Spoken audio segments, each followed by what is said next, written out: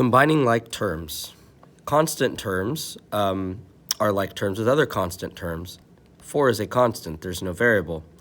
And there are no other terms that are just constants, so 4 is going to go by itself. Now when you subtract h, that's like saying minus 1h. There's only a single h right there. And subtraction is like adding a negative. So if I have negative 1 plus 5, that gives me positive 4. So I have positive 4h. And my final expression, 4 plus 4h. All right, next one.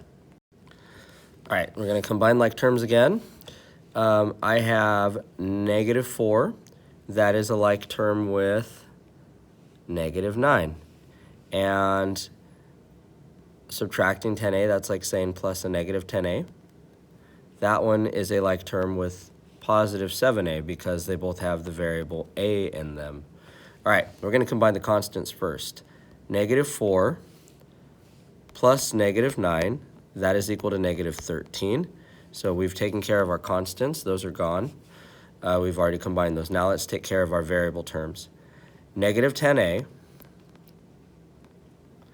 and we're going to add positive 7a. So negative 10 plus positive 7 is negative 3. Bring the a along with it, so that's negative 3a. So if we combine it all together, that's negative 13 plus a negative 3a, and that's our final answer. Alrighty, to simplify the expression, I'm going to use the area model. So the number on the outside is going to go in the front. The the terms inside of the parentheses are going to go at the top. So that's 5 plus 6v.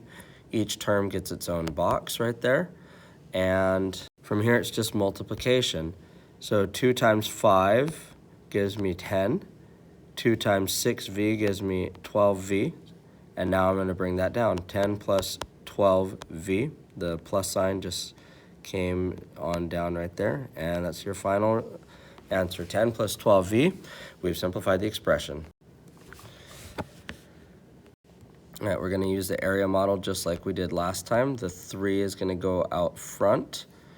5z plus 3 is going to go at the top of our area model. And then it's just multiplication. So 3 times 5z is 15z. 3 times 3 is 9, and you bring that on down, and you have 15z plus 9. And that's our simplified expression. All right, that's a z, not a 2. Here we go.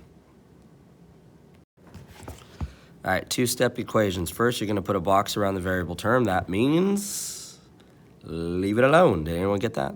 Yeah, we'll get the next one. All right, so now we're going to do opposite operations. Instead of plus 2, we're going to minus 2. Subtract that from both sides to keep the equation balanced. 8 minus 2 is 6. The 2's are going to cancel out because 2 take away 2 is 0, right? That's 0. And then bring down your 2 times q. From there, you're just going to do the opposite of times 2. So the opposite would be divide by 2. And you divide by 2 on both sides. 6 divided by 2 equals 3. So q is equal to 3. And remember, those 2's cancel each other out. 2 divided by 2 is 1. 1q is 3. All right, so there are 2 ways to do this. I'm going to show you both ways, okay? The first way is called the division method. Sometimes it is more convenient. The way that works is you take the term on the outside and you divide it on both sides. 4 divided by 4 cancels out, so that's 1. So that leaves me with w minus 14. Because 1 times anything inside the parentheses is going to not change anything. So it's w minus 14. On the other side, 8 divided by 4 is 2. Now, all you have to do is just do the opposite operations. The opposite of minus 14 is plus 14. And you're going to get 16.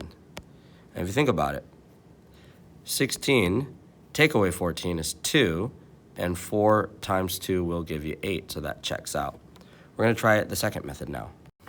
All right, the second method, we're going to use the distributive property and turn this into an equation without parentheses. So I rewrote the equation. I'm going to put the 4 on the top. W minus 14 is going to go, put the 4 on the outside. W minus 14 goes on top. And we're going to change that to 1W. Same thing, but now we just show the 1. And this is just multiplication. So that's 4W minus 56 All right, we'll put the minus in later.